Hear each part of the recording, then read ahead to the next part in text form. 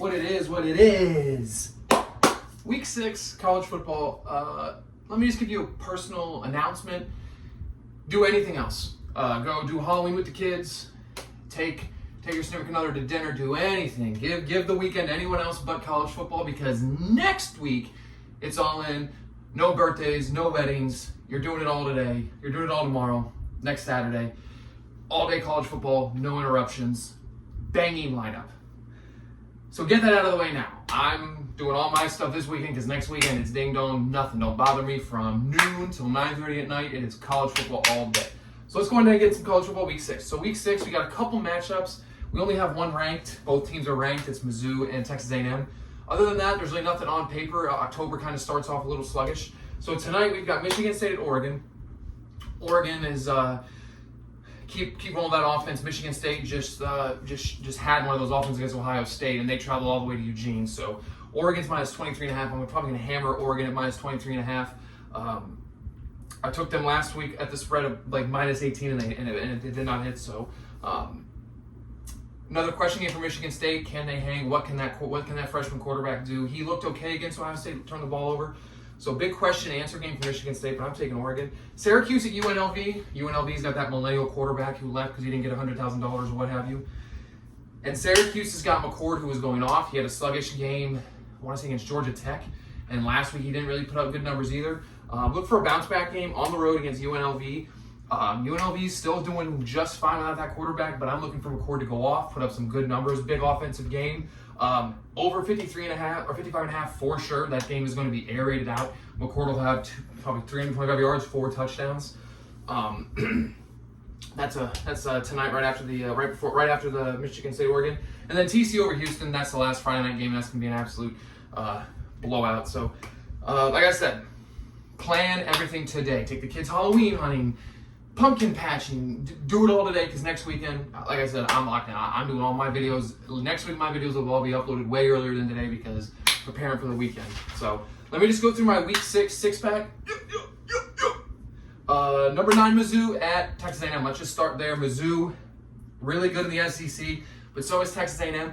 Texas A&M is a crazy conference where any team can win, just as you saw UK beat Georgia. So you just never know. This game, Texas A&M is not a 25th ranked team, and Mizzou is borderline a top 5 team. So we're really gonna get some answers with this game. Mizzou is Texas A&M is gonna have another good home game to where they can put the pressure on Mizzou and have that home atmosphere, and they have a second chance, and they really got to take advantage. I think if Texas A&M loses this game, a lot of questions, because they already lost that one home game against Notre Dame, and they had a real good game, home atmosphere. Let's go Texas A&M. Bounce back game, Texas A&M. And let's see if Mizzou, are you about it? Are you about the SEC names? Are you about to get tacked in with all those other names? Let's see what you can do. It's Texas A&M minus 2.5. It's over 48.5. I'm hammering the over, and I'll probably take Texas A&M at home. I think Texas A&M money line is an upset. Like I said, I don't think Texas A&M is a 25th ranked team. I think once they get that offense rolling, they are a good squad. So I'm going Texas A&M money line, which is a pretty decent underdog, and I'm hammering the over. 12 Ole Miss at South Carolina. Ole Miss, what's going on? At home is embarrassing to Kentucky nonetheless. I know Kentucky must beat Georgia, but at home is South Carolina. You got a makeup game. You guys had game day. You guys had that home game atmosphere, and you got slapped in the mouth.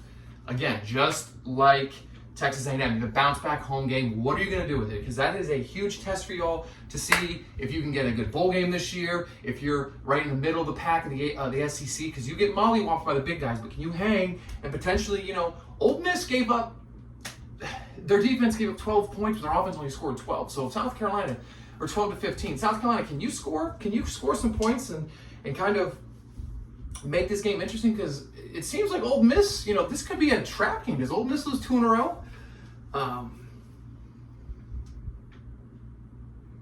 Ole Miss, how did I pass that game?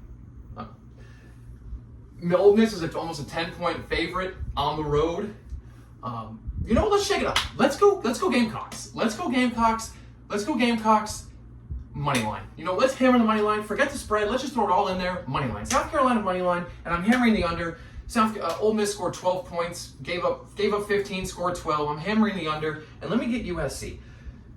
Now let's talk about Clemson FSU. Good Lord. I was at I was at a restaurant and the FSU game was on, and someone was like, "Oh, FSU is on," and they just had this look on their face, and I'm like, "I don't know what's going on with y'all," and they didn't know either, and they lost 60 something to whoever they played last week, which was abysmal. I can't remember who they played, but I know they just got mollywopped. They switched. Clemson and FSU switched. We were talking about Clemson being the rebound, fire, do everything else, and FSU being the top 4. Now, Clemson has a possibility to play themselves into playoff conversation just based on their schedule alone, because their biggest game was FSU. And FSU is going to get mollywopped. I'm taking Clemson at minus 14.5. FSU is going to get mollywopped. I have nothing else to say about FSU. 1-4 Clemson, potentially being a playoff team, and some have them now beating Miami in the ACC title game. I mean, both those teams I can't stand, so I'm not sure who I would pick, but Clemson it's just nuts. Tennessee and Arkansas, that's going to be a good SEC game. Again, Arkansas has another good chance to host a team at home, see what they can do. Can they get that pig suey atmosphere and make it hard for Tennessee? Tennessee puts up a lot of points and scores quickly. So Arkansas, if you're not efficient on offense, that game can get out of hand real quick. Big style points for Arkansas to see if they can make it close. Just they're playing the same old South Carolina. They want to see if they can hang right in the middle of the SEC. Michigan and Washington might be the worst college football championship rematch of all time. I'm not saying either team is horrible. It's just a completely revamped team. Pretty much everything about Washington is completely different. Everything about Michigan is completely different. And it's going to be a good matchup on paper. Washington is actually the favorite at home. Michigan's got to make all that travel. But that's going to be a great, on paper, a great game. But like in the energy-wise, it's just not. It's just, if all those teams were the same and their record was, both teams had the same record, but their teams from last year, coaches and everything, we'd be talking about it. But it's just a whole different squad. That's actually going to be a good game in my opinion. Washington, tough place to play. Michigan is on a high off that big win against USC, so let's kind of see there. Looking forward to that game. So Michigan, Washington.